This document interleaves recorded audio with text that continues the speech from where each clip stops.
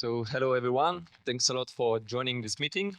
So it's a pleasure and an honor for me to be here in Taiwan to speak about the technology of LUCIDIS IOL. So thanks a lot for joining. And today I will give maybe some insights about LUCIDIS technology. But for sure, the key topics for today are the talks of users of LUCIDIS. So I thank already all the surgeons who will show their results about the product, and these talks will give insights about the technology. And I thank already all the speakers who will give those valuable insights to the audience. So on my side, I will show you more about IOL technology, about LUCIDIS.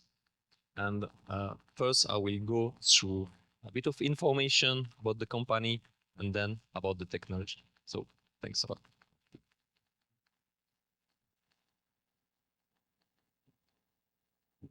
So this is the talk for today. So as said, I will give a few words about the company, then go through the LUCIDIS technology, give already some previous information about the clinical performance of the IOL, and then go through a bit more definition of what is the extended range of field definition now, and then a few words about LUCIDIS toric IOLs, and some patient selection and tips, and also show you some new tools that we developed dedicated for surgeon.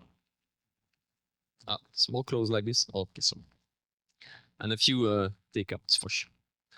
So about the company, we are Swiss Advanced Vision. So the company is located in Switzerland, in Neuchâtel. So it's in the French part of Switzerland. And the company has been incorporated in 2009. So we have already more than 15 years of experience designing and building IOL technology. And we launched a LUCIDIS product in 2017.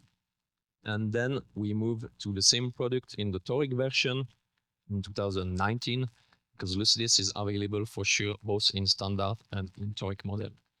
And the aim of the company is really to develop, manufacturing, and market high-quality, innovative intraocular lenses, because we were really pioneer in building new EDOF IOLs. We were very in the beginning of this new era and new class of products. When we launched LUCIDIS in 2017, EDOF was not well known, and now over time it becomes like one of the key class of the IOL. And here's a picture of the team. So we are a dynamic team with a complete industrial setup in Switzerland, and we manufacture and we machine all the lenses also in the company. So we have hands-on on all the process, which is also very good to have hands-on quality of the IOL. And just to show you where we are now, so we distribute this lens in more than 40 countries worldwide. For sure, we are close to be everywhere in Europe, all main countries in the European Union. And other parts, we have a strong presence in the Middle East also, and for sure in many different countries in Asia and in Taiwan. And now we started also to have some distribution in South America. So we have over years really a global presence all over the world. So this was just to introduce who Save IOL is, just to give you an overview on that. Now, if we switch to the LUCIDIS technology, so here, if we go back a bit to basics, the aim of the IOL, of course, is to provide extended depth of focus feature. So now there is several ways to do that. And in optic physics, the extended depth of focus is a physical concept that is used for years also in different areas. You can find it in microscopy, you can find it in astronomy, but now here in the IOL field, of course, the aim of extended depth of focus is to generate pseudo accommodation, to replace the natural one of the crystalline. So it's really the additional feature that is provided by the IOL. And now the question, if we speak about the techniques behind LUCIDIS, is how to generate it, how to create it. And there are several ways to create EDOF. But they are not the same, and some have some drawbacks and some advantages. So I will try to go back in the past, in the previous generation of other IOLs, just to see how it works and what are the possibilities to generate either. So if we go back really to basics, so in a standard IOL, a standard spherical IOL, you have, of course, if we speak about ray tracing, you have paraxial rays and peripheral rays. They don't focus all at the same distance. And this distance is the longitudinal spherical aberration of an IOL, and it's already a small EDOF. But the best area to generate an image along this plane is at one specific defined point, which is called the circle of least confusion, and it's about 2/3 of this distance. And it's the place where you have the best image quality and the best result, the best resolution for the image. Now, of course, to enhance image quality of a monofocal spherical IOL, the different models developed aspheric lens. And the aim to sharpen the image is to take the peripheral and paraxial rays and to bring them all here in one sharp point. And if you do that, you increase the image quality and you increase the resolution. But it's at the cost of the depth of focus. Because here, if you sharpen the image, you lose the depth of focus. And it's the opposite if you create an EDOF by spherical aberration manipulation. Here, you can extend the depth of focus, but you lose the sharpness and the contrast sensitivity. So it's not very good to get good images. So it's always at the cost of the resolution if you extend the depth of focus with the spherical aberration manipulation. So that's why it's maybe not the best option to generate an EDOF. Then we went to several different approaches, and the next one is the diffractive optics. And with the diffractive optics, you have such kind of kinoform that has been built in previous generation of IOL, diffractive IOLs. And then the aim is to split the light. So for bifocal IOL, you have the entering wavefront here, will be splitted in several orders. Order 0, you have 40% of light that is deviated in the 0 order. And you have 40% light that is deviated in the first order and is focused and useful for the near vision for another focal point. But using this technology, you lose already 20% of light that is not useful for the vision. So if you use such kind of technology, you get rid already of 20% of the energy that is needed for the vision. So again, it's at the cost of this amount. And if you place this kinoform on top of an IOL, then you get the focus that is needed, but you lose energy and you lose a bit of the contrast sensitivity. So this has been used for many different IOLs, bifocal, trifocal, polyfocal, whatever, some lenses with chromatic aberration manipulation, and so on. But always with the same issue. If you do like 2 different focal points, you have all the photic phenomenon that comes with the IOL, with the technology. So you have the glares, you have ghost images, you have all those photic phenomenon that are maybe you need time for the patient to adapt to this technology. So it's a bit at the cost again of a decreased image quality.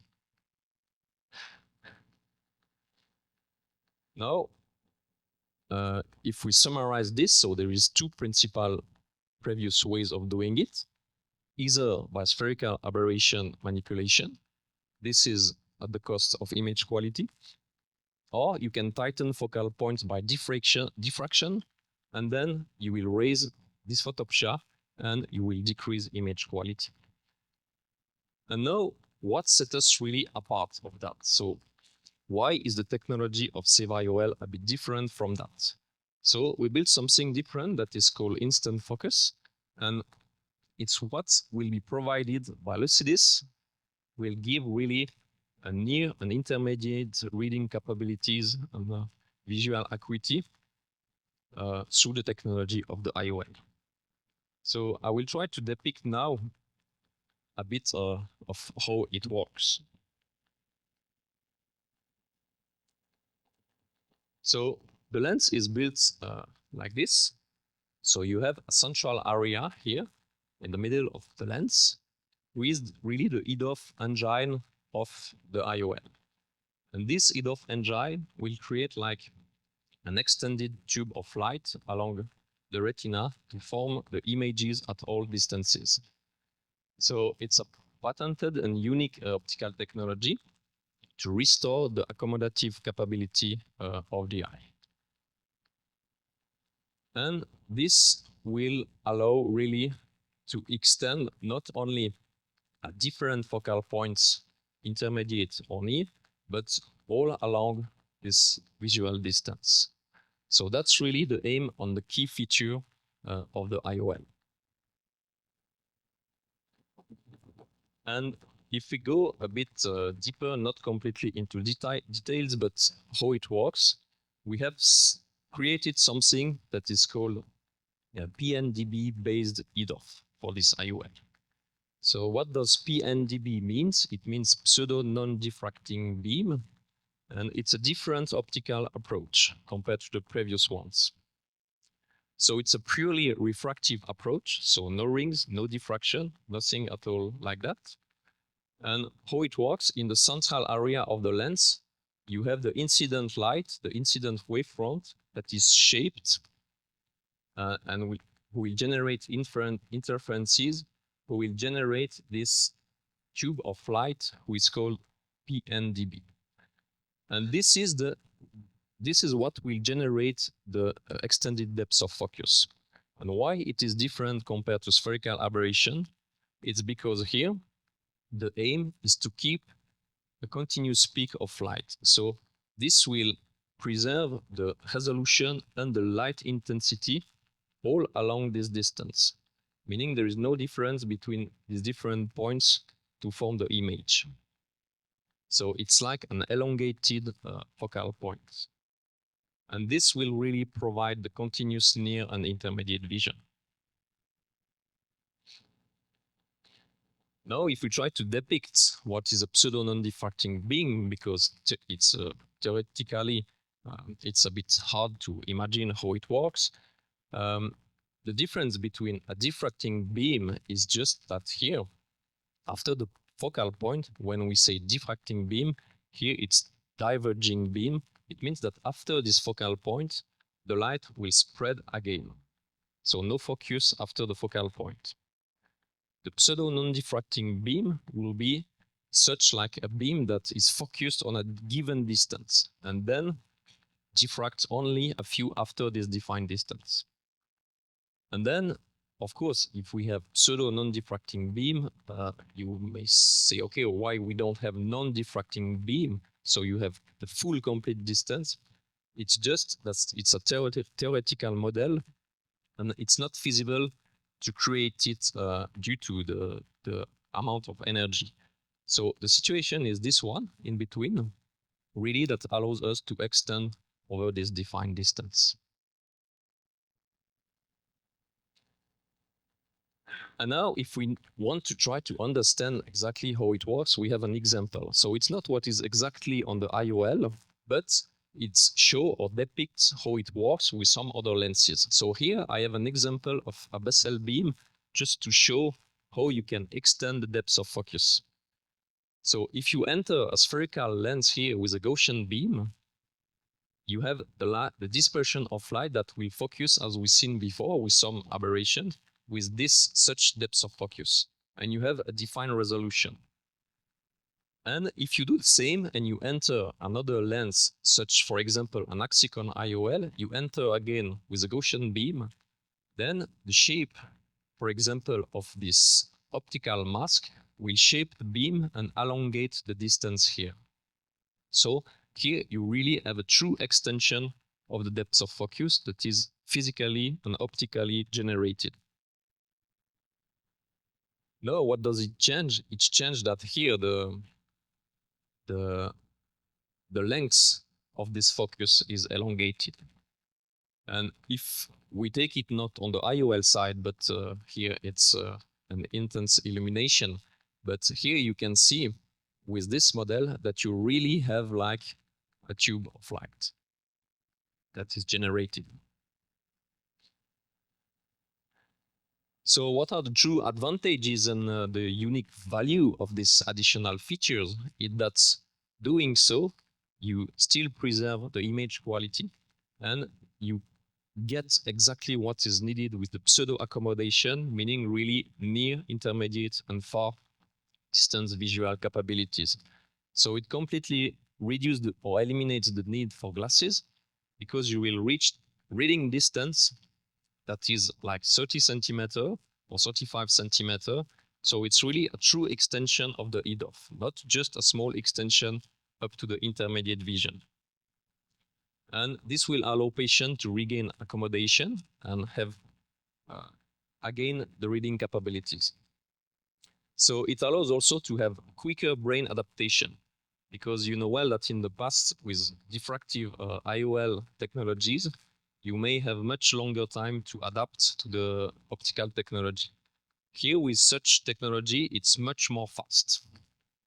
And you have minimized dysphotopsia.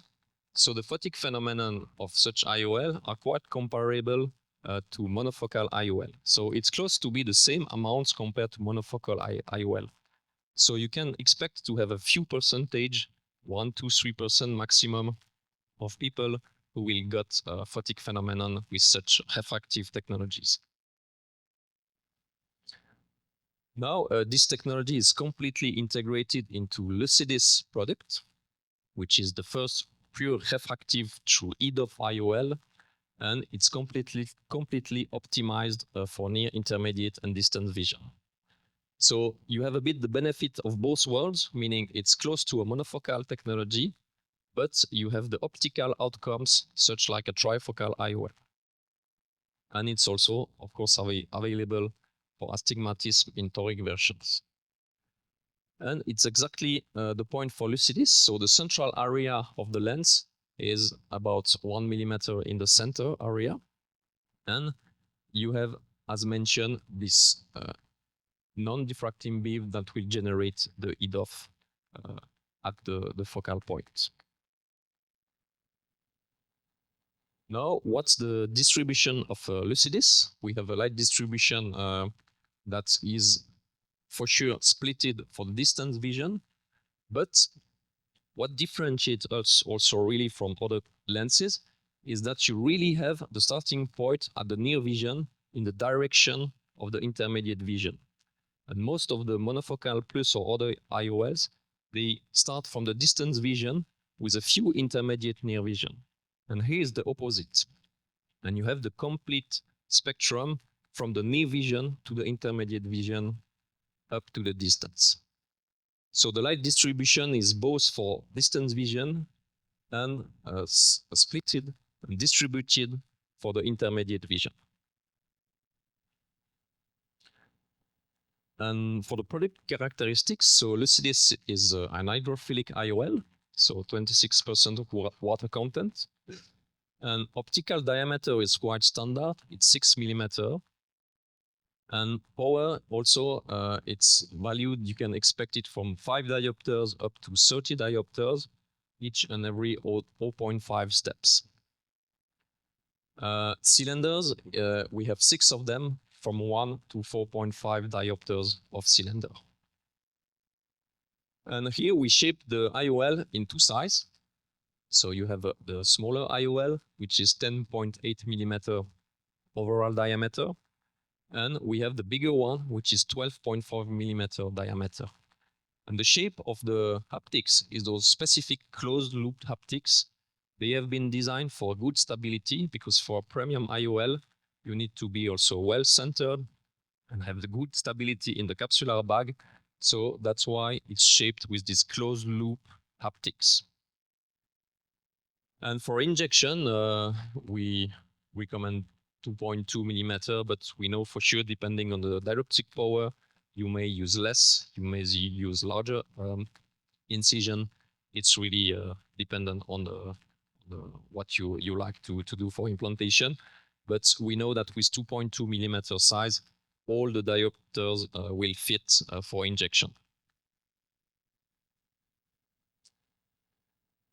No, that was about on how to generate or create the EDOF, on the side of the IOL. And now we can have a look on the clinical performance of this IOL. So I have a few examples. Of course, you will have more information through the talks of the surgeon, but it's to show already a bit of comparison of what the additional feature provide as a benefit for the patient. So those data, for example, our first set of data from Spain. So it's the binocular defocus of LUCIDIS. And you can see the emmetropic conditions are here. And it's to show the true wide defocus curve of the IOL. So here, the scale is on that direction. So -3, meaning +3 diopters. And you can see that there is really a true extension to the near vision that keeps a very high level of visual acuity all over the depths of focus. And this is really key because it's really the most important feature of the IOL.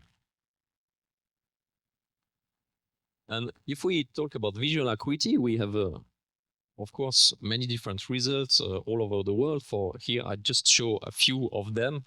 This one, for example, is from India. And now it's a small population here, 35 patients, but this surgeon did also thousands of IOL of LUCIDIS. So he has a very good experience with this product. And for example, the distance visual acuity, he reached for this population close to 90% of the population who reach 6/6 for distance, uncorrected distance visual acuity. And interestingly, for the near visual acuity, N6 was reached for 85% of the population. Now, if we switch to another country, those results, for example, are from another surgeon in France, Dr. Lessier, and it's the same. If we compare, it's a comparative study in that case. And if we compare mainly for the distance correcting near visual acuity, the pink area is LUCIDIS here. And you can see that for other example of EDOF IOLs, you really have a strong difference here with LUCIDIS products. And this we can see well, more well on such defocus comparative curves. And this is really key. Here, again, they compare in that study LUCIDIS with two other EDOF or monoplus IOLs. And emmetropic conditions are here for distance vision, and now the scale is opposite. And the +3 reading distance is here. So you can see generally with EDOF IOLs, you get an extension to the intermediate vision that is on the direction of the intermediate, but drops down quite fast at -2, for example. Here, you don't get any more near vision after that point. But with LUCIDIS, here you still have a very high level of visual acuity here for reading distance at +3.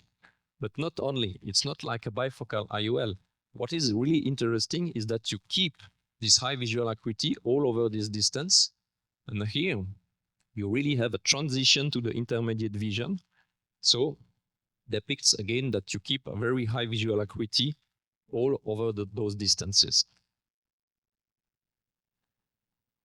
And to compare with some other data, so this is another comparative study. This one has been done in Spain this time.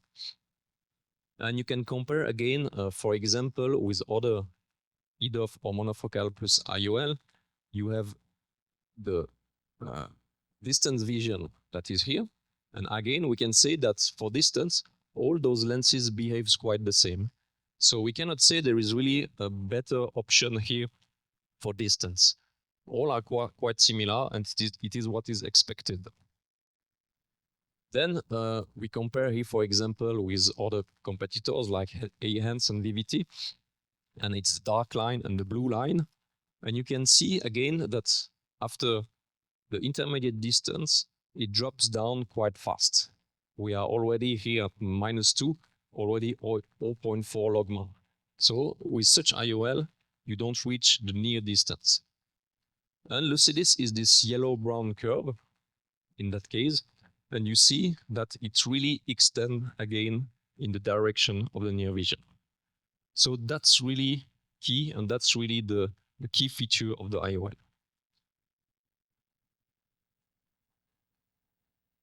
Now, if we speak about contrast sensitivity, it's also important.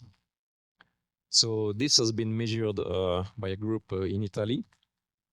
And we can see also that the contrast sensitivity in photopic, mesopic, and scotopic conditions, they are all preserved also with the LUCIDIS IOL. So no loss of contrast sensitivity in that case.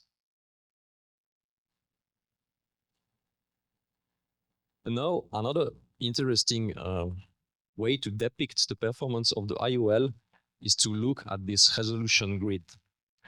So here we have different IOLs. First line and second lines are other EDOF IOLs from the competition. And the second line, X-Wave technology, is the VVT lens. And the third line is the lens from Seva IOL with the instant focus technology. And the fourth line is an example of a trifocal diffractive IOL. So if we look now again at distance vision, you can see again that they behave quite all the same for distance. So no one can say there is really a better situation between these IOLs. Now for intermediate vision, all EDOF IOLs provide it. It's expected. But for trifocal, they provide also the intermediate distance, but you can see it's a bit more blurry, or there is a bit of loss of contrast sensitivity already at this stage. Now for near vision, and that's the point, here you don't reach a good image quality. With the trifocal, you get it, but still again, you can see that there is the bit of loss of contrast sensitivity. And with the instant focus technology, you still have it here, the resolution, but not only at that point. Again, it's the same than for the defocus curve. You have it here, but you have it here all along the intermediate distance. So if you compare the lines, it's really a way to depict that you preserve here the image quality all over this distance.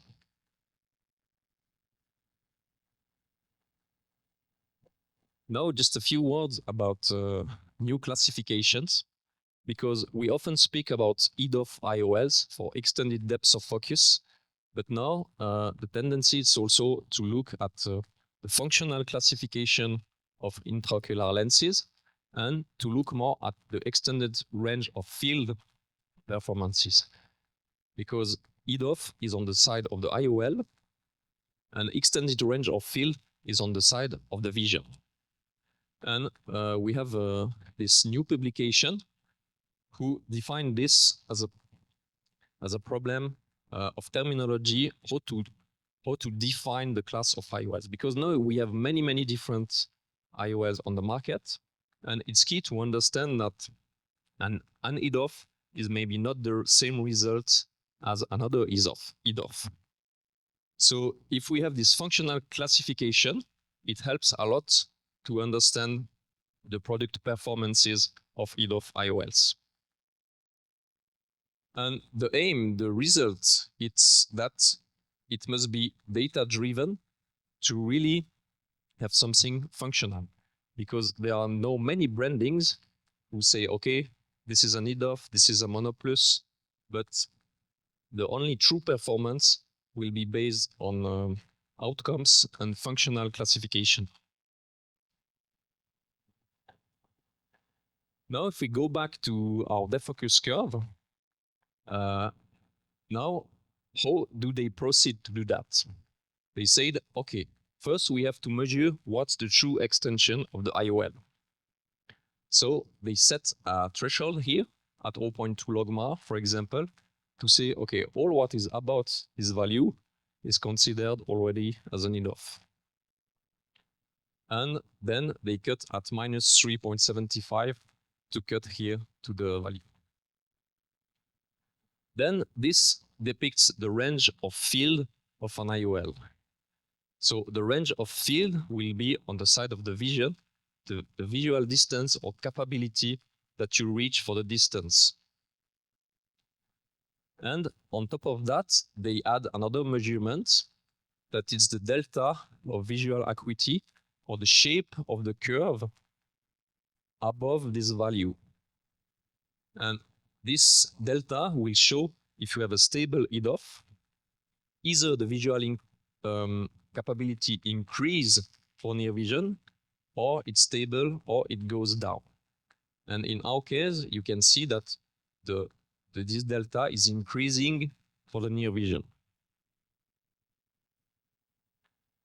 And based on this functional classification, for all EDOF, they separate it in two groups. So you have partial range of field, and you have full range of field. And now LUCIDIS is classified with the value of minus 3.75 in the full range of field EDOF IOL. And due to the shape of the curve that increase, a delta visual acuity that increase, it's classified as a smooth transition. So it's mean that LUCIDIS is classified full range of field and smooth transition. And this classification allows to compare with all other EDOF IOLs. And you have the first lines just in the direction of the intermediate. You have partial range of field or narrow range of field, and this goes up to full range of field steep.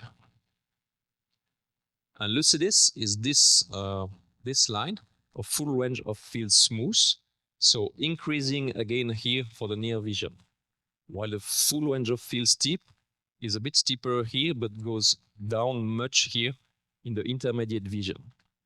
So this curve is very similar to a trifocal IOL. So it means that you can have the results, same results of a trifocal IOL, but only with refractive IOL, and you can get this full range of field smooth transition with the LUCIDIS IOL. So now it's a much better way to compare between the different IOLs. And it means at the end that all these lenses can be classified, and you have the enhanced monofocal or mono plus. They are more close to the partial range of field. You have the extended range EDOF like, it's again more on the partial range of field. And when we go up to full range of field IOL, here we can find trifocal, multifocal IOLs, and we've found again LUCIDIS based on this classification.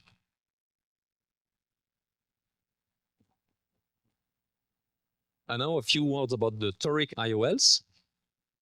So LUCIDIS toric is available with this version of product. Now I would like just to show maybe a few tools on how to calculate toric IOLs, because we did also some improvements for that. So the aim here is to try to understand what can still be done for toric IOLs, because you have very good equipments for measuring biometric values, keratometric values, and everything. So calculation, everything is set about that. And we started again from that to try to understand what can still be improved for the calculation. And first, it's important for toric IOL to include the posterior corneal astigmatism. So it's included in the calculator of SAVE-IOL. And now we just built something that is a bit different. That is a tool more on the surgical side to include a tool to optimize the incision location position when you do the incision to reduce the residual astigmatism after surgery. And this has been included in the toric calculator feature. And this is quite straightforward. You have many different calculators for torics, but we have this feature including the posterior capsular astigmatism with the Abulafia-Koch regression. And if you use this tool, you may have also better results. Why? Because if the posterior corneal astigmatism is not included, you may have another estimation with the rule astigmatism if you don't include it. And you can have also an underestimation with against the rule astigmatism if you don't include it. So if you have the feature and the measurements, it's better to include here the posterior capsular astigmatism. And doing so, we calculate all the toric IOLs. And if we compare with other calculator, with the Barrett toric calculator, you will find very similar results with the calculator that is provided on Save IOL website. And here, the best option is always depicted with the minimum residual astigmatism. Of sure, you have several options. You have the flipped version, the first one, and you have the option just next to the best one. And you can choose it. But now that what is different is that you can use this specific tool with the incision location optimization. And if you try this, you may optimize a few the residual astigmatism. So how does it work? When you set this option feature, you can include here the surgical induced astigmatism that you include usually during the calculation. And now we can try to optimize the position. For example, if you set a complete calculation, and you activate the tool, then we can have the example, you set an SEA of 0.3, and the system will calculate here what is the best optimization, the best angle to minimize the residual astigmatism. So it means that if you plan to cut at 0 in that case, the system will indicate you that maybe just enhancing a few on the direction of 8 degrees will be the better position for residual astigmatism. And if you want to play a bit with your incision location position, you can, for example, set it now to an 0.5 SEA.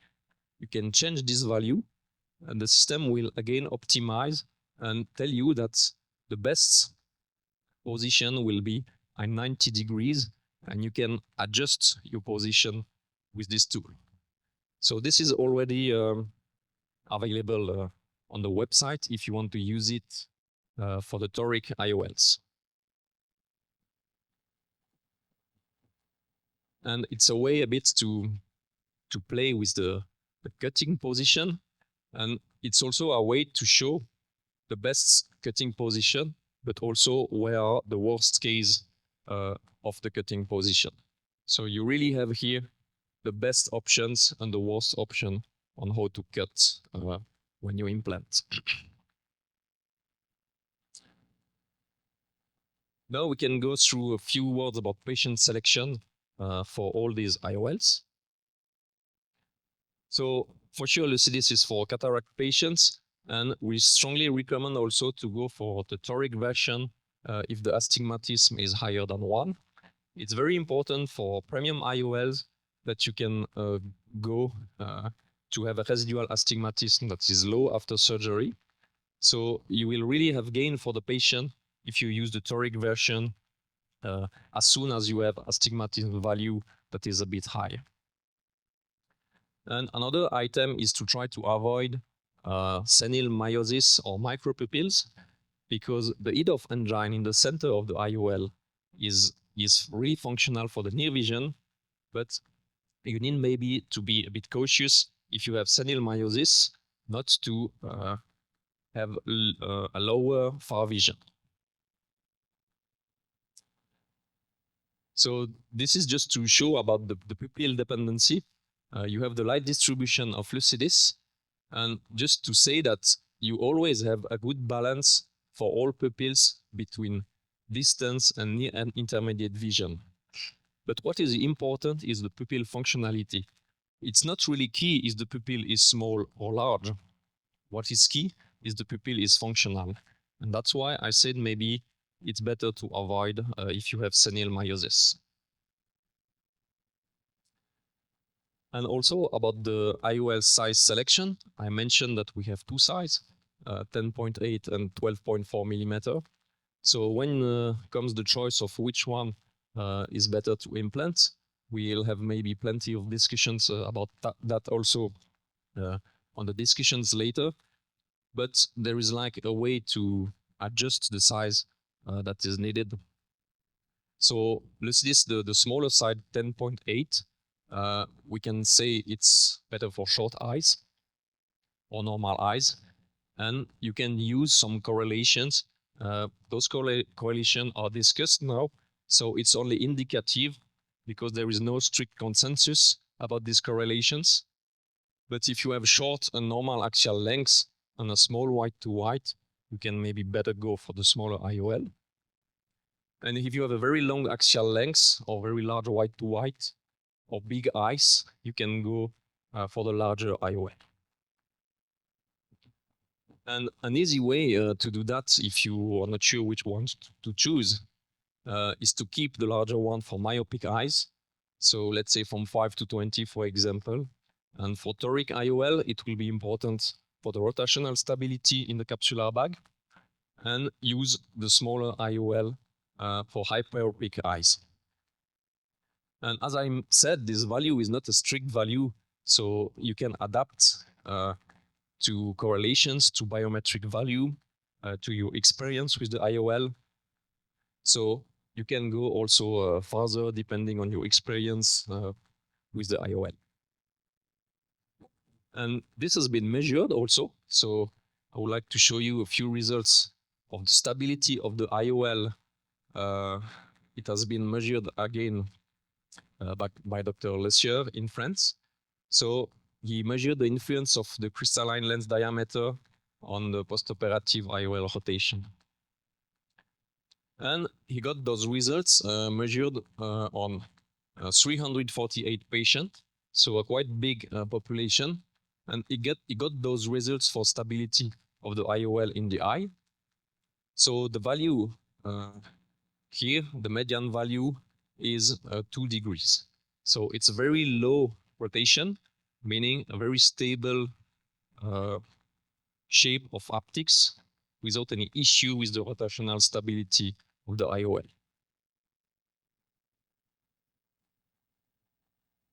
And here, another parameter is the haptic centration. I mentioned that we have this closed loop haptics. So they have been designed to provide a good centration and good stability in the eye. And it has been measured also. And you can see that the center is it's very well centered in the capsular bag with these haptics. Another question that comes often is the material. LUCIDIS is an hydrophilic IOL. And for some surgeons who will prefer to have an hydrophobic one, it's a big debate to understand if it's better to have hydrophilic or hydrophobic IOLs. And LUCIDIS is only hydrophilic. And I just wanted to mention that more recently, there are also new studies who try to demonstrate that maybe it has been a bit blown out of proportion that hydrophobic is much better than hydrophilic. And just to say that hydrophilic has also good advantages, and one of the main is the biocompatibility. Hydrophilic are a bit more biocompatible than hydrophobic material. It's the first point. And other key parameters are also the refractive index, because the refractive index is more closer to the natural one of the crystalline. So you are more close to the natural situation with an hydrophilic IOL. And if you have a lower refractive index, you always have also a good AB number, meaning you have a less chromatic aberrations with an hydrophilic IOL. So just to say that both materials have advantages, but it's key also to consider that hydrophilic material have also good advantages. And if you are interested for the IOL calculation, we have all IOLs included, of course, in the ESCRS IOL calculator. Now it's widely used, so feel free also to calculate your IOLs either with the tools provided by SEVA-IOL or with the ESCRS calculator. You will get here all the data for all the lenses and all constants. And now I can switch maybe to something that has been done also by the company recently. A new tool that is dedicated completely for surgeon, which is called the Swiss Virtual Clinic.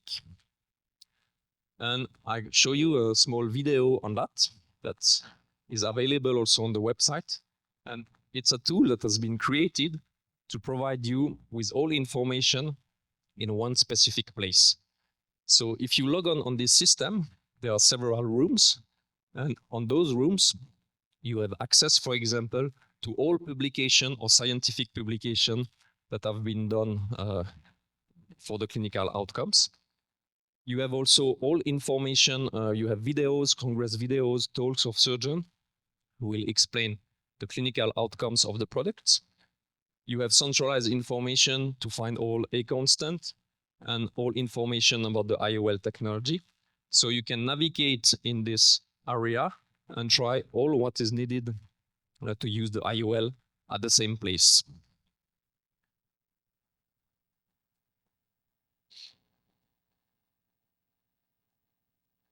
So you will find on it, as mentioned, so all technical details, toric calculation. You have the link to go on the website to the toric calculator. You will find also information for patient selection, scientific publication, conferences, all patient information also is provided for the patient and much more. It's also a good way to receive all the information for the future products of SEVA-IOL or future events where we will participate on it. And if you want additional receive additional information or have access to this platform, you can scan the QR code here and join the clinic. It's also available directly on the small box you received.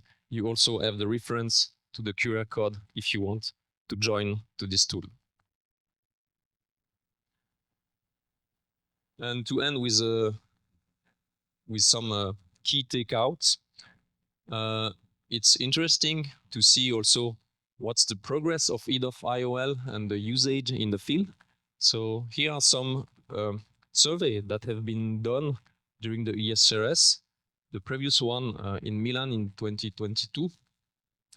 And you can see that in a few years, here we have the split of the products for EDOF products in the presbyopic field.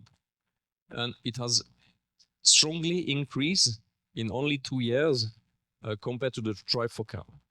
So more and more surgeons are now using extended depth of focus IOLs. And it's a tendency that continues. So now, later, same reports in 2023, we can see that bifocal and diffractive technologies are going down and that EDOF IOLs are going up. And now we crossed the line here where the EDOF usage and EDOF technology is now more used than diffraction IOLs, trifocals, while bifocal is really down. So it's something that is really also more and more used by surgeons. So for LUCIDIS performances, to end up with that, so you will get a very good binocular far vision performance. You will have a continuous vision from near to distance for the patient with a very wide defocus curve. You will get very low reported side effects, so no halos, no glares, and a low PCO rate. And you have a very good self-positioning in the bag also due to the haptic shape. And what are the benefits at the end for surgeons and for the patient? So it's also a lens that is completely manufactured in Switzerland, piece by piece. So each and every lens is individually measured, controlled, manufactured, and goes through all the quality control process. It's a lens where you will get very quick brain adaptation for the patient, very low or minimized dysphotopsia, and less spectacle dependence. And at the end, you have a higher visual performance comparable to trifocal, but without any gaps on the vision or without any visual disturbance. So at the end, also price-wise and as a benefit for the patient, you have the performance, maybe visual performance, comparable to trifocal, but only with a pure refractive EDOF IOL, and hopefully high patient satisfaction. Okay, so thank you for